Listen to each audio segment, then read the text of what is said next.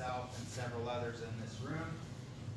Before we get started, let's start off with introductions. If you don't know who I am, I'm Andy Turgeon, Superintendent here at Knox County. And we'll just kind of go around the room. And good morning, everybody. I'm Rick Lee. I'm the Director of U.S. Sales for Lion Electric. I'm Joe Ballman, the bus mechanic. I'm Maria Brown, Sales Manager for Lion Electric. Dan Howard, Lewis County, REC. Buster Guys, I'm from Lewis County also. Alice Reel, I'm the Mayor of Edina, Missouri. I'm Matt Reel, President of the School Board of Knox County. Kimberly Jansen, School Board, Knox County. Jim Warren, General Manager, Travis Mathis, Lewis County REC. Larry Clark, I'm the Lewis County REC Director. Todd Schroeder, Lewis County REC. Tyndall Hawkins, Lewis County REC. All right, again, thanks for coming. And I'm just going to kind of turn it Good over. morning, everybody. Today's an exciting day. Andy and I met each other at a conference down in Columbus, Ohio, 2 Octobers ago, so the 2019 down in Columbus, Ohio, and we had the opportunity to talk about electric vehicles, and ever since then, he has been a very vocal supporter of Lion Electric, but more importantly, the platform of EV vehicles. So today's exciting. We're sadly about 3 months behind. The COVID manufacturing dilemmas hit our factory in St. Jerome, Canada, so we're a little bit late on delivery, and I apologize for that. But today being the first vehicle in the state of Missouri on the electric school bus platform is exciting, especially for your school district and the community. So today, as we work our way through the training process, I'd like to hand the keys over to the first vehicle to Andy Turgeon, who has been a proud supporter of the Lion Electric platforms, and today's the day to put it on the road.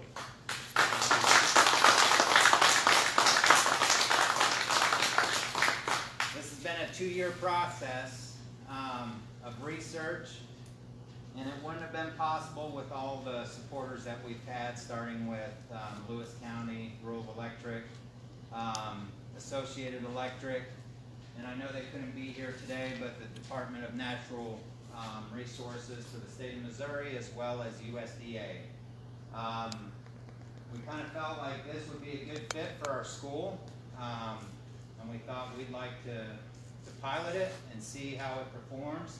So our goal moving forward is to keep some data and just compare it to our diesel buses, and so far I can tell you I already like how much easier, and I think Joe likes how much easier it starts in the winter time than the diesels do.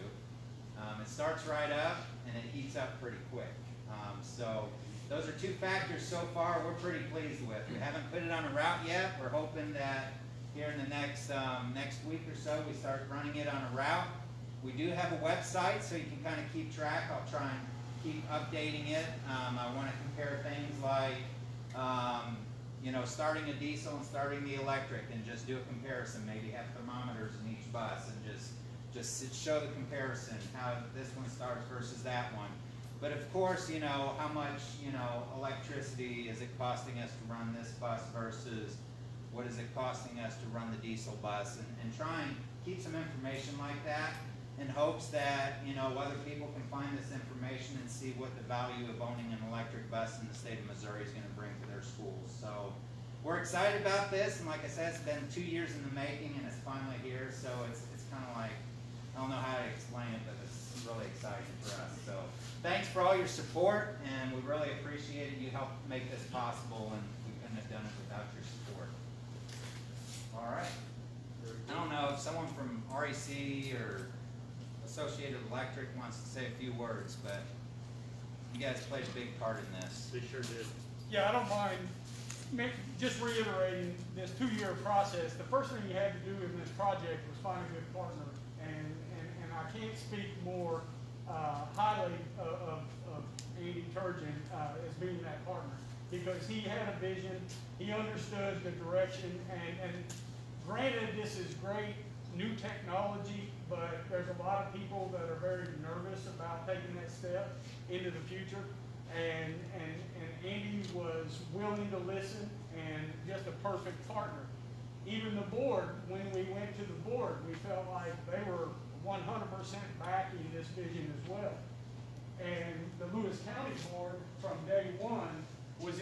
sort of piloting and seeing where this could take us, because this obviously will impact our grid as well. I mean, this is, and like I said, this is a partnership that it took a lot of no's to get to this point. I don't know how else to describe it. I mean, funding obviously was an issue, and we were told no multiple times by different organizations when it came to grants and others. But just perseverance, stayed with it, and I feel like this is the outcome, and this ultimately, you know, is what we were shooting for anyways. Didn't matter if it took 2 years, 2 months, 20 years.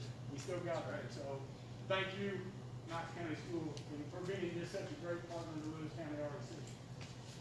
So just a few things that made the electric appealing to us. Number one, obviously, air quality. You know, you have students that ride that bus every day and drivers that are exposed to those gases every day. That was obviously a plus. The idea that through my research and talking to several schools across the United States and across Canada that kept reiterating that these buses are so much cheaper to run than a diesel or a propane or a gas bus. So, you know, schools are telling me they're saving anywhere between $5,000 and $6,000 a year in operating costs. Their tires are lasting twice as long because the distribution of weight is centralized. You know, there's just so many maintenance things that we're not going to have to deal with. Those are all positive qualities, but also just the idea of, you guys will notice if when you take a ride on it, when the bus is warmed up, it can just about cook you out of there. It gets pretty hot. I was pretty pleased. Gave some tours the other day around the parking lot to some employees, and I had to turn the heat off because it was hot. So there's a lot of positive side to it. Our future goals, we really want to look at the feasibility of, you know, having, you know, 3 or 4 electric buses to prevent any kind of crisis situation. I know everybody's seen on Facebook the last few days, hey, you know, scale down how much power you're using. How nice would it be to sit here and say, hey, call Lewis County REC and say, hey, you got my 4 buses at your disposal, put them back on the grid and help them out. Or if Knox County has a power outage, we can take a bus over to the 2 buses over to the nursing home, power them up, and make sure that everybody's okay there. Or maybe it's the community center in town, or maybe it's the school. And you know, so ultimately thinking in that retrospect of something that would have never been possible before, now we're inching closer towards being able to address something like that. Hopefully we don't have to, but knowing that that's a capability. Knowing that it's a capability of charging these buses overnight when the demand is low, and then being able to run it all day and not have to worry about it. So we're pretty excited about that. We see a lot of benefits coming with this, and hope that, you know, it's going to hold true to what I believe how it's going to perform, and the benefits are going to be there. So we did have to petition DNR. We've sent letters.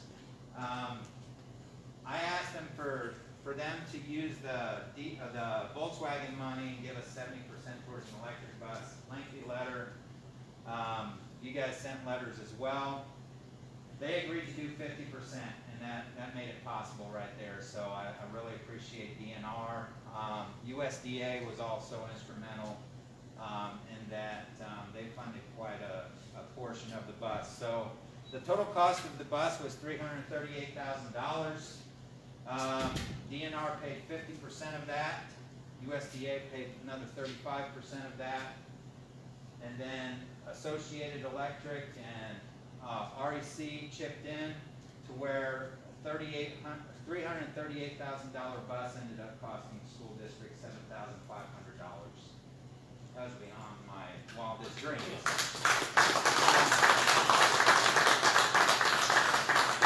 I had convinced my board that at $125,000 to $140,000 that was a good purchase. Because not only are you saving $5,000 a year in maintenance costs, operating costs, but in 15 years, You try and sell a diesel, you'd be lucky to get 1,500 out of it. And all these companies I'm talking to, all these school districts I'm talking to, they're thinking this bus is going to fetch quite a bit of money when you're ready to trade it because of the battery capacity on it. So you can't measure that yet, but you got to think it's going to bring back. So you start adding and figuring all those numbers up, you can start seeing why an electric bus is worth its money. So again, thank you. And at this time, Well, no, I got one other thing though. At our company, we call them gladiators. We have one called Tim Shannon out in Twin Rivers, California. We have one in Michigan by the name of Dave Newsom from Zeeland. And we use them as references. He doesn't know it yet, but Knox County and Andy Turgeon will be one of our gladiators for the Midwest. So he's going to be getting phone calls a year from now from school districts asking him about his experience. And I'm excited that you're going to be on my speed dial and you'll be in all the proposals when I send out, because you have a love for this. And you're our best spokesman because you're operating the vehicle. So prepare yourself a year from now. right. Well, let's go for a ride. All right, sounds good. You guys ready to go for a ride? All right.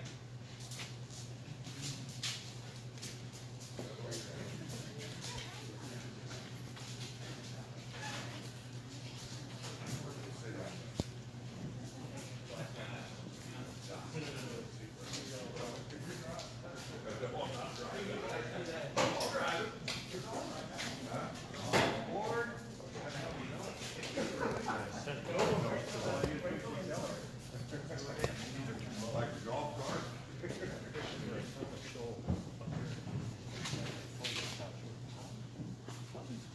Hey, go ahead and start it. I want him to hear, if you don't mind.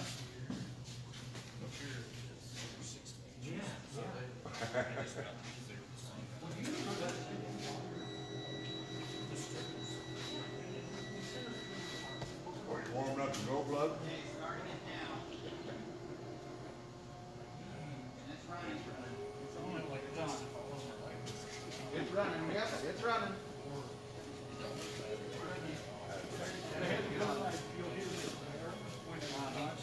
It's like an ice cream truck. They had to do that so people can hear it. You'll hear it when you get out there and start going. Go ahead.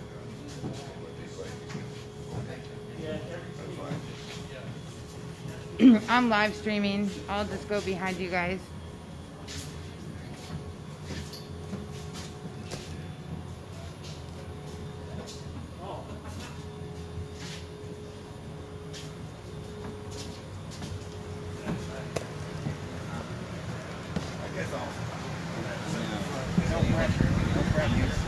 Don't kill us all.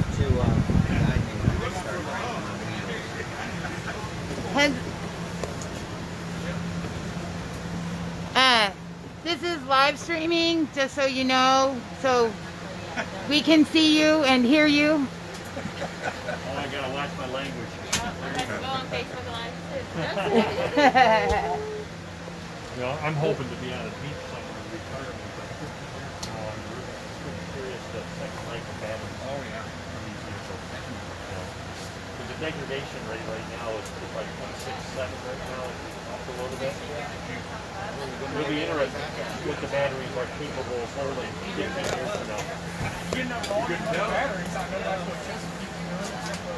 Yeah. You know, I use some electric companies. Yep. 6-7 years, so I use the batteries. There's a electric co-op in Pennsylvania buying one of these, and they're going to put more batteries inside the vehicle, right here without seats, and they're going to use it as a mobile energy center for disaster relief and different things.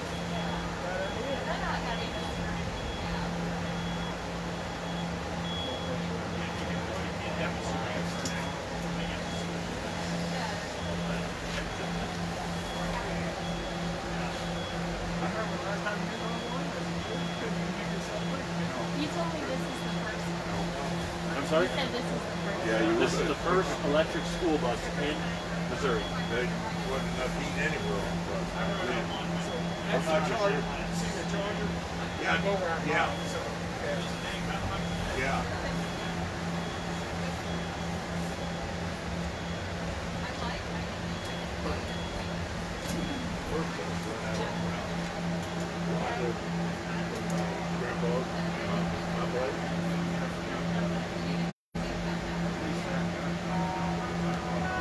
Hear that? Shows the bus is coming. That music. That's to alert the students the bus is coming and it's at a low speed.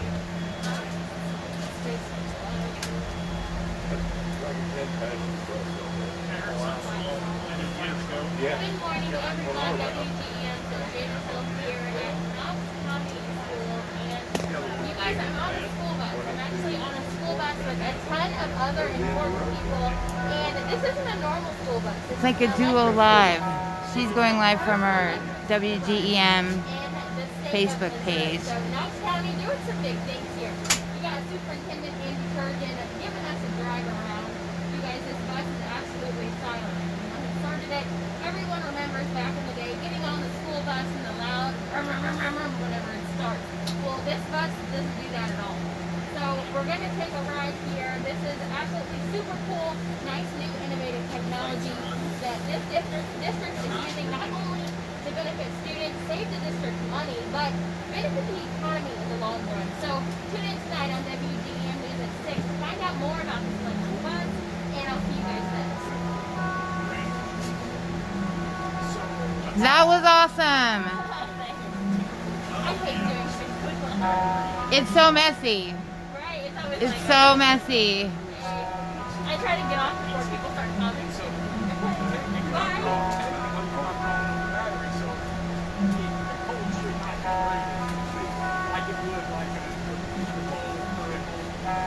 So it's really interesting. I just realized that if you put a driver into this vehicle that understands the concept of regenerative braking, their gauge up front will register more than 125 miles of range because the driver's habits of driving are loaded into our software program every day, and it's going to recognize that this driver is efficient in taking advantage of the regenerative braking, putting power back into the batteries.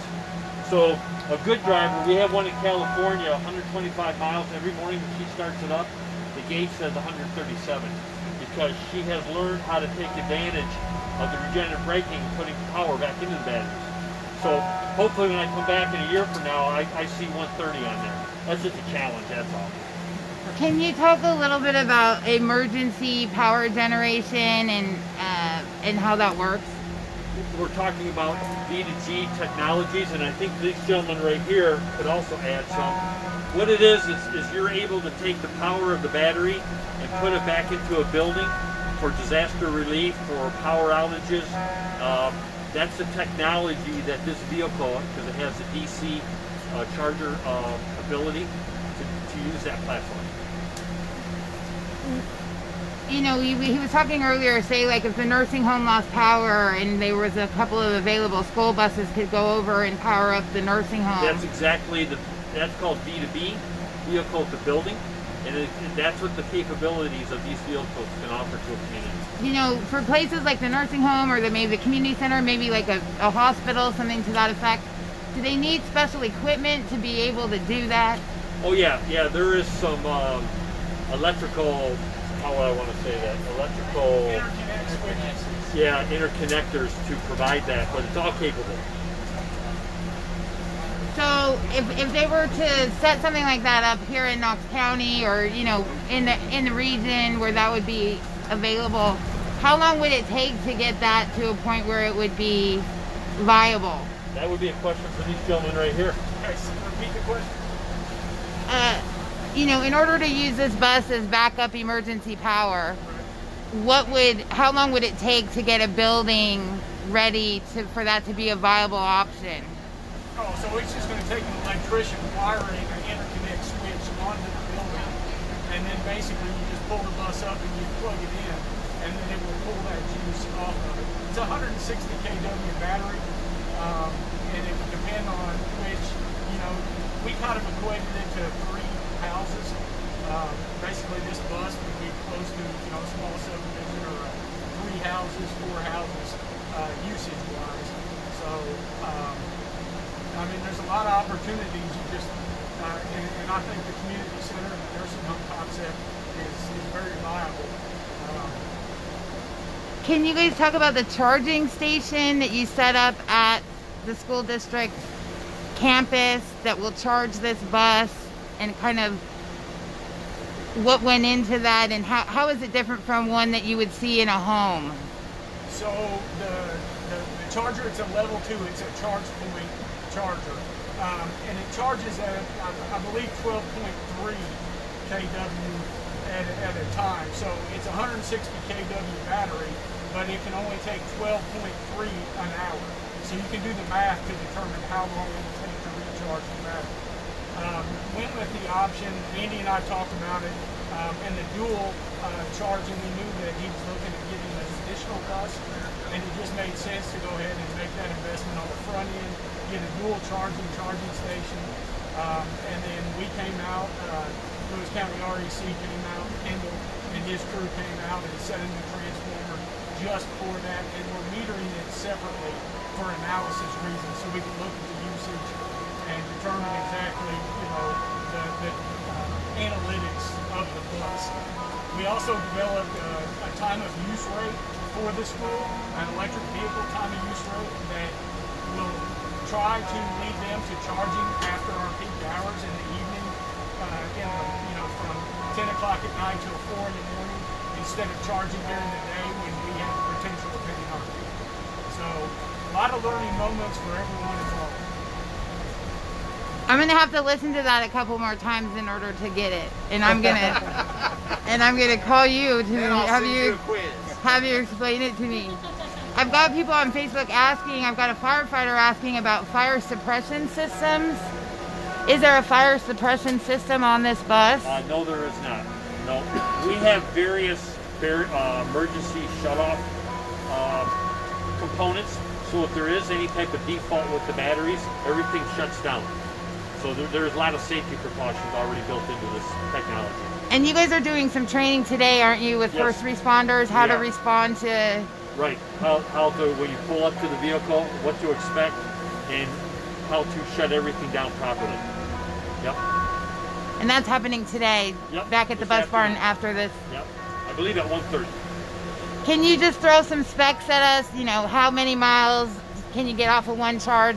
How long will it take to recharge the bus? Well, this vehicle is set up for 125-mile range per battery charge. Typically, a school district will run it in the morning, charge it in between the morning runs and the afternoon runs, which almost could replenish everything they used in the morning. Then they charge the remaining overnight.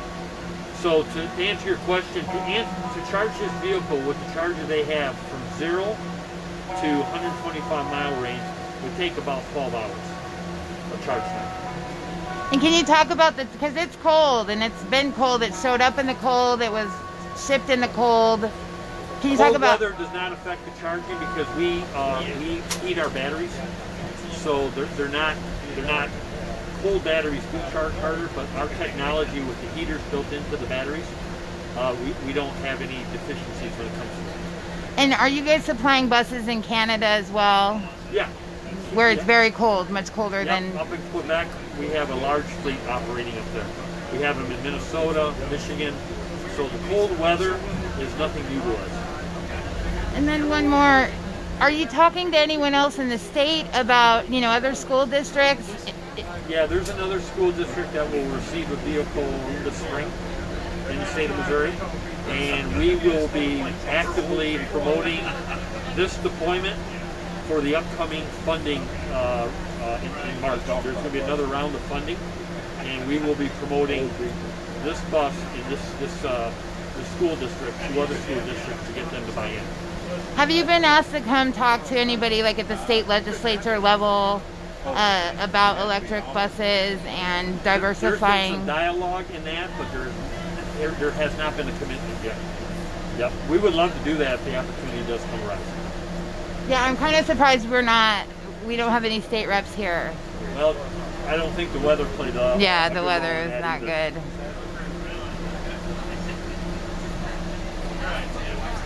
Let's see, who else can we go? Oh, good. We're gonna go harass some other people. I'm gonna walk. But nobody's yet. No, how warm. Oh. Hello, school board members. Hello, how are you? Good, we're live. Okay.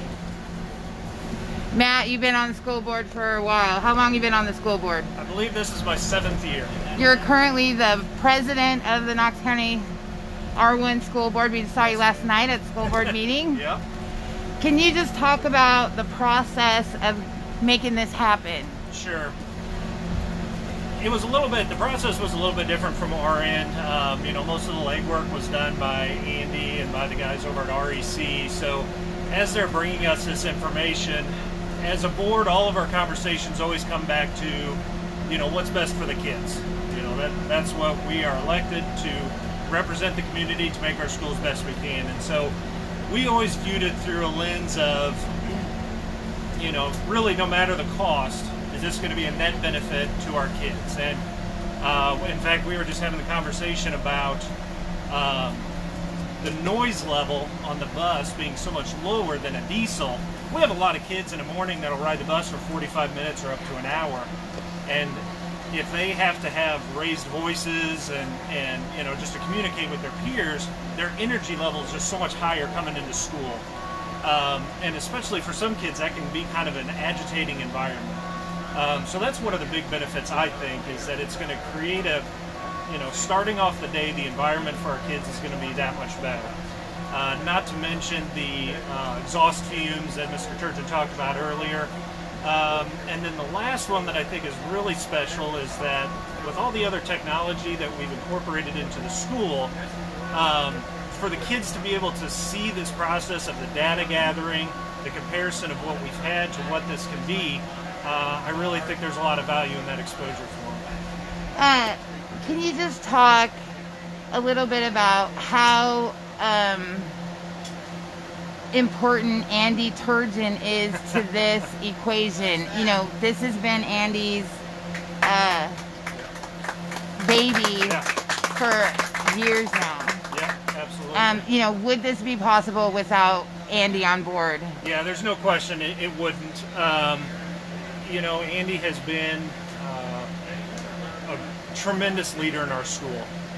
In that he's always looking at what's our next step to improve our kids' educational experience. And so without his forward thinking and without his, you know, willingness to kind of step out and be the first in a lot of things, no, we certainly wouldn't be here today at all. It's kind of amazing how we're the first school district in so many aspects. You know, we were one of the first to go one-to-one with Apple iPads, you know, and that went so much further. Becoming an Apple distinguished school kind of followed that. Was you know, we've got solar panels out here that the kids actually installed and work on with the help of Lewis County REC. We've got the greenhouse going. We've got technology is just brimming. It just seems like a natural course that we're on, and fitting that we're the first ones in the state to have this school bus. It's so hard to believe. You know, how proud are you to be part of this rural school district that can accomplish so much? You know, I was thinking about that on the way out, and the paradigm for so long was for your kids to have all the opportunities, you have to be at a wealthy school in an urban area. And that's just a reality of the past. You know, I think we here at Knox County have proven over and over that as a small school district, we can be nimble, and we can make adjustments and introduce new things with, I think, more efficiency even than the bigger school districts. And you know, it's a lot of fun for myself to be a proponent not only of education but of rural living, to show that, you know, not only can we afford as many opportunities as the urban areas, but even more. Even more. Thank you so much. Yep, that was thank awesome. Go ahead. You don't want me to follow you? No. We've had that talk.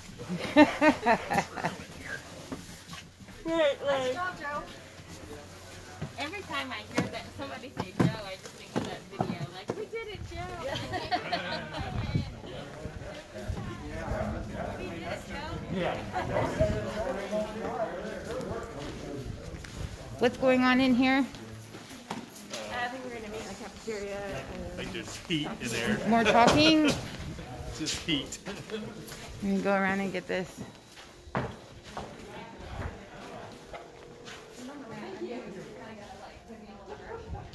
Whoa. Oh, that was close. Well, there it is.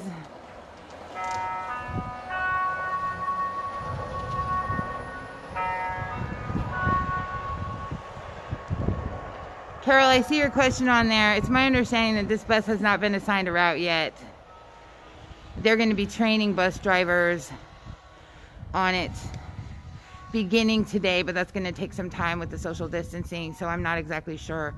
I will ask when I get. And then right here, you've got Lewis County REC's electric vehicle.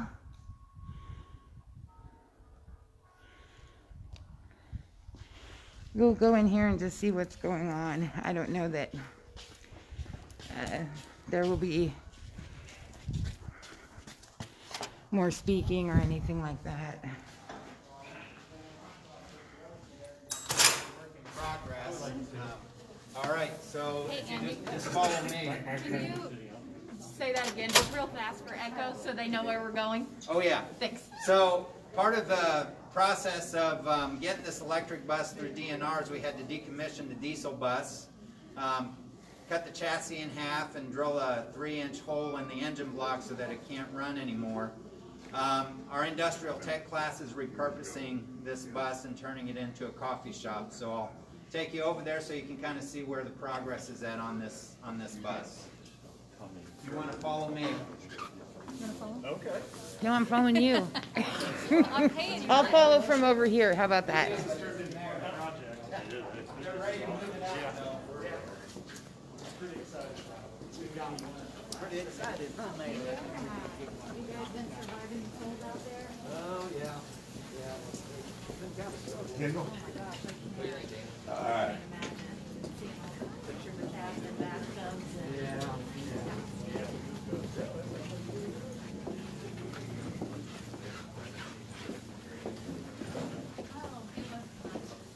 I saw it online this morning. You were on last night. I was actually out to try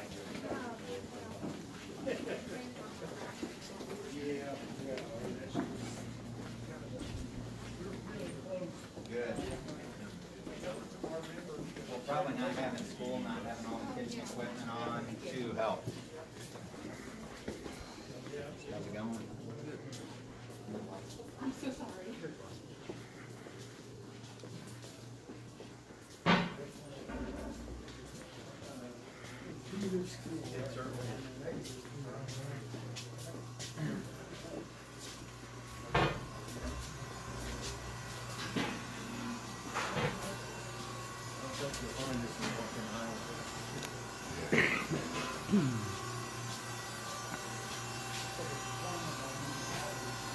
Get with it, Mr. Green, get with it.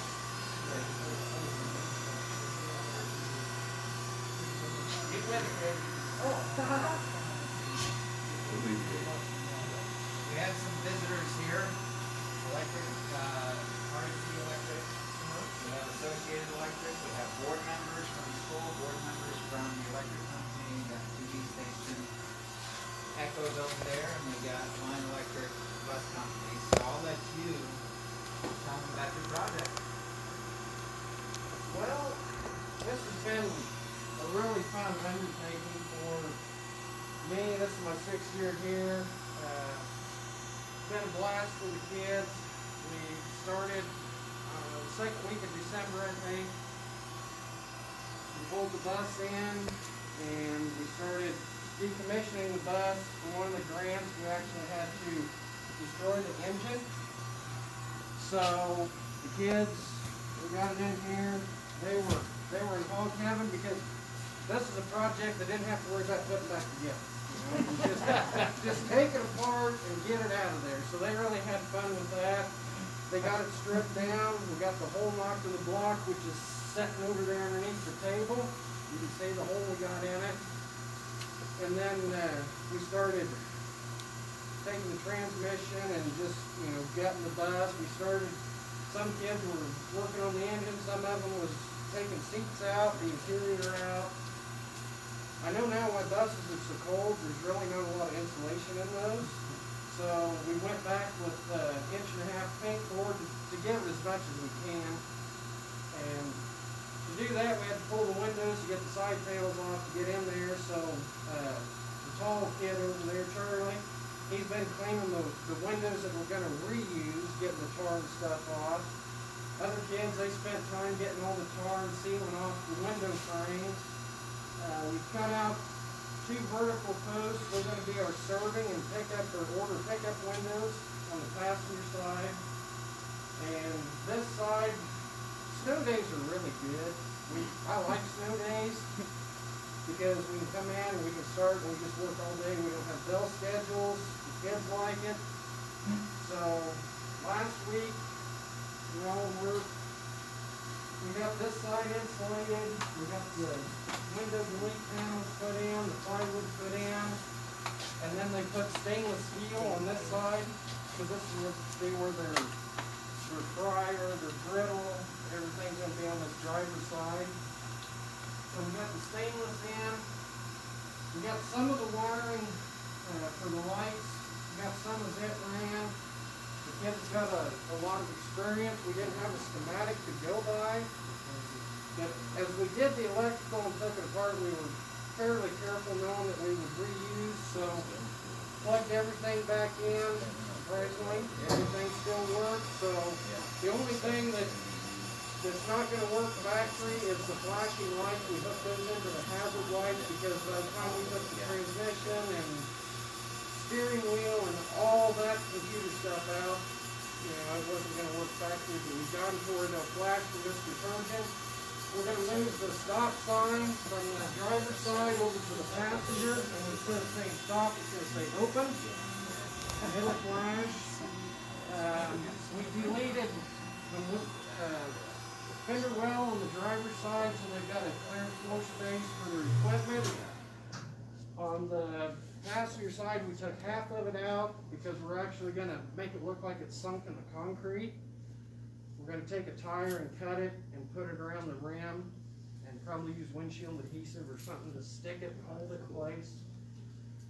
And then we'll put an awning on that side and probably build some steps if need be. The top, Patrick there, he's got the sheet metal cut. The air conditioner should be in sometime this week, so we can put an air conditioner unit on both escape hatches to help cool it. We're going to put an electric heater on the back door and up front where the transmission tunnel is at. And then the breaker panel will also go up front on the firewall. So the kids will get to wire the AC units, wire the 220 for all the cooking equipment, and of course then all the lights and flashing lights. Hopefully the plan is we'll have all of the interior work done by the end of school. So if we can keep the snow days coming, Mr. Turgeon, we'll get a lot done. That'll happen. You're the only person that likes snow days. But that's the hope. We get all the inside work done, windows and everything back in, and then we usually hire some students through the summer to help janitors and stuff. I've got a few in mind to hire this summer, and we're going to do all the body work. I've already got the passenger side's about all sanded. We'll sand it all down and give it a brand new paint job, make it look like the show bike out front. That was last year's project. And we've also got students, we're knocking out all the rivets and welding things because rivets are a nightmare when you've got to wet sand and paint and do showroom quality. They're a real headache. So we're going to get rid of all those, weld it, make it nice and slick, and give it a paint job there. What they're working on now, up front, the hood, if you guys want to wander up that way and look around, feel free to. What they're working on now, we're going to put a grill and a smoker up where the engine was at. And instead of the hood tilting forward, they worked yesterday and got some of the brackets made. We're going to make that hood raise straight up. And the key that usually opens the door, the side door, is going to be what raises the hood up. And if we need the headroom, we're going to make it to where the grill flips out.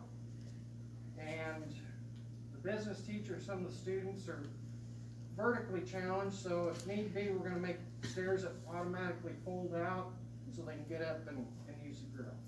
So, And that's going to be raised by hydraulics, air? no, be electric cylinders, actuators. Right. So, yeah, and we'll have a safety prop stick underneath there as well, just for, you know. But on that, we're going to have a switch to where when they hit the switch, it won't do anything until they manually fold up the safety rod, and then it will lower that. So that way, they're not blowing fuses or tearing something out. And where will this cafe be located at? On the Right in our grounds? courtyard, right out here. Okay. Right. So the plan is inside done by the end of the school year, outside done, set in place, and at least operable for Mrs. Wright's business class. Her class will be the one that runs it. They've kicked around the idea of having flex students work it in the morning and afternoon. Hopefully we've got it ready for her. I'm not going to promise the grill and the smoker will be in there and operational, but this fella right here, the shorter one of the two, hopefully I can get him as a flex student next year, and he can start in at the beginning of the year building the stove and the smoker, and then we can get that set in place. Because Mr. Turpin's good about having meals catered for the staff and barbecues and stuff, so always before we've had to borrow a barbecue grill. Now we'll have our own, and it'll be included with the bus. So we're having a blast. This is awesome. This is awesome. So long story short, when this is done, we'll actually have 2 electric buses because this one's going to be operating on electric. The whole idea is several years back, you know, we don't have a lot of industry here. We don't have a lot of places for our students to say that's where I want to get a job. We've done a great job over the years of sending kids off to college. The problem is they get their college degree and they don't come back. And then the phenomena is decreasing enrollment. So several years back, the board and the administration and the teachers, we've decided we need to give the kids more experiences. And here's an example. Think about all the skill set that goes into building this, and then all the skill set that's going to be there. Students in the business classes are going to run this like a business. They're going to have hands-on experience. If you're in a urban area or a city somewhere, students can use the Flex program and go work at a corporation somewhere and get those skills. We don't necessarily have that here in Knox County. So our goal is to create these opportunities for our students. And to me, this is just the beginning of just a great experience for our students, which is what we're after. So we're pretty excited about it. And yeah, and like I said, this is my 6th year. We've come a long way in that amount of time, thanks to Mr. Turgeon and the school board. We partnered with MACC to get the lathes and the mills over here for students. The press brake over there, the CNC plasma. That way, we can build everything in-house. We don't have to go to the welding shop and say, hey, can you bend this or can you cut it? We do everything right here. So the kids get the full experience. You know, starting with the cardboard cut out and kind of fitting the hoods, you know, and then taking that and using the XY coordinate and putting that in the machine so it'll cut it out, and then bend it and cross your fingers and hope it works. But if it don't, plan B, you know, we'll make it fit somehow. So. And this is not possible without great teachers. So, Mr. Green,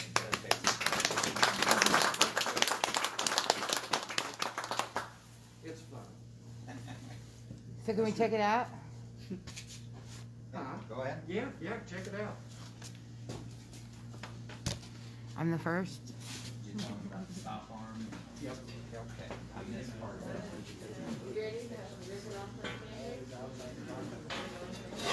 We do have on the school's website, we've got a live feed with a timeline that you can get on there and check, day by day, see what the progress is. We also have Facebook that I'm not sure Mrs. Wright handles that on Facebook as well. I don't know if you caught that, but he was saying they do have a website where you can go and check out the progress of the bus. And also, Mrs. Wright started a Facebook page for this bus coffee shop for anybody who wants to come in, see the progress of it all. And a lot of work. And the dedication. And the meat of the work done on this bus has been done by Knox County R-1 high school students. Or shall I say, students. Mr. Green also teaches middle school industrial technologies. Learn skills, get education, use them later down in life. You need like a, right? Patrick? So you got some credit, are you a student? I am a student. Well, congratulations, good work, young man. So this will be the grill.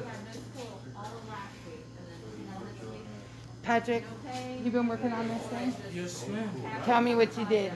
So, basically, over here at the engine hood, we have been hooking up different bars in our firewall here, so we can soon be able to lift this up high enough where our grill and smoker be able to cook, because this is fiberglass, and if you got too much heat to your fiberglass, it will melt it. But since we got enough air flow and coolness, when your smoker and grill gets cool enough, you can lower it straight back down and it will work just fine. So what are you working on right now today? Today we were working on our hood. We have been making our brackets to go on this side so that we can take these and start getting them hooked up. And what was that machine you were working on over there? That is a CNC plasma cutter. I have been helping Green a lot through signs, different stuff. I helped with sidecar last year. I'm building the framework. You worked on the sidecar? Yes, ma'am. Good job. The sidecar is amazing. Yep, we did that all last year. I helped doing that. I did small engines and welding through Green last year. I learned a lot of different skills on how to work and use my skills to my ability. Did you get any certifications? Yes, I am a master's in Briggs & Stratton engines, master in steels, and I have my Kohler engine certificate. And you did all that right here at school? Yes, ma'am. And did it cost you anything to do any of that? Not one bit. So basically, Mr. Green took you through everything that you needed to learn for the test. Yes, ma'am. And you guys tested through. How many students tested with you? I think there was 12 of us. We had partners, so we only had 6 engines, so we had to partner up, and we had 2 people an engine, and for the first half semester of our small engines class, we had to take mostly tests, and we got all of our 6 tests and mastered them. Then we got to go out into the workshop and work. So what kind of work are you thinking about doing after you get out of school? My intentions are to go to Indian Hills and then come back, and after I get my certificate in small engines, come back and use it for here, see if I can get an apprentice job out here with Greens so I can help him out in the shop and get better at helping other students how to go on in careers and understand how engines work, electrical. You really thought this out. Yeah. You're thinking about the future a lot. Well, you gotta push forward. What year are you this year? I am a junior this year. I am a senior next year. I plan on taking only 2 regular classes, and then I'll have 5 hours with Green next year. And then 2 of the last hours I'll be doing flex for Green. Wow, that's a lot. You're going to be full throttle. Yep, I'll be out here for 2 hours. I'll get paid for my work, and under understand what to do more and more about engines and electrical and different trade skills. And using all of these high-tech machines. Yes. You're amazing. Thank you. No problem.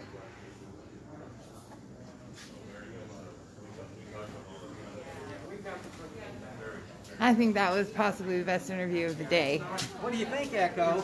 I think that I love this district. Or, you know, I think that, It is pretty amazing. you know, being able to cover everything that the district's been able to accomplish. You know, I've been at the Sentinel for 10 years now. Right, right. So, going on 11, you know, so that's a huge breath of So we're about 10. observation, you know, being able to come into and see what a rural school district looks like and then watch it evolve into kind of a, you know, this district has always been One thing I a forgot to wave mention, maker, everybody, we're gonna trendsetter. put solar on Right, right. top. And Now, it takes the solar a panels lot of hand power. are just gonna have, be like, a for regular the cotton gun. lights and the Now we're batteries getting a and new stuff order, that way. We 26 can't to put 1 enough ratio up there cotton to gun. even begin to It should be a lot offset easier to what we're doing, but squeeze. it'll triple you're talking charge about those the panels? 12 volt system for So the on the actuators opposite and side. all the lights are gonna be. On the out.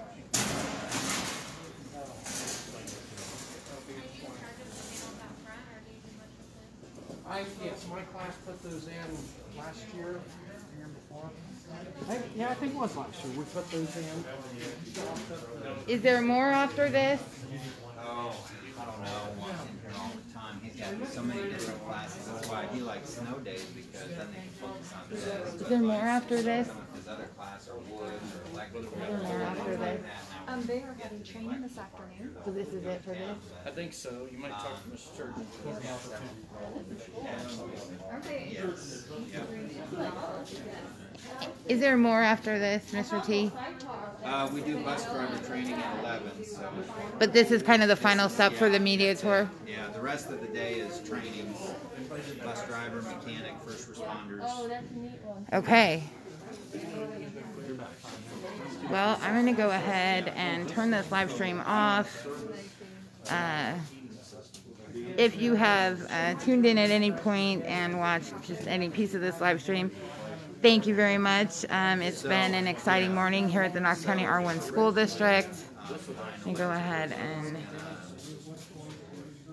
turn this.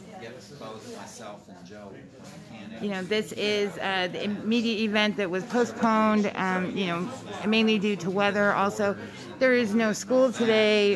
It is a snow day here in Knox County because of road conditions, you know, frigid temperatures, that type of thing. So it's great to see a crowd like this out here. Now, on the electric bus at the front there, you see that automatic screen.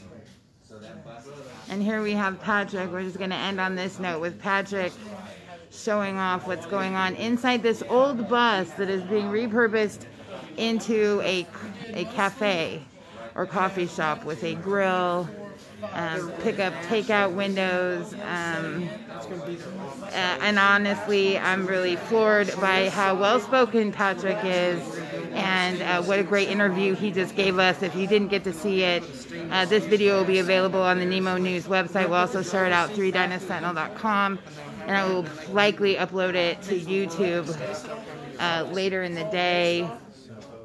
Just give you one more look around here.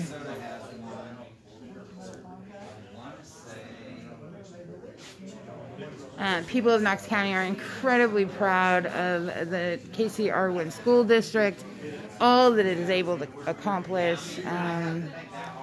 Also, I'm one of them. Thank you, Debbie. Thank you, everyone, for watching. I'm Echo Menges for the Edina Sentinel and NemoNews.net, signing off for now.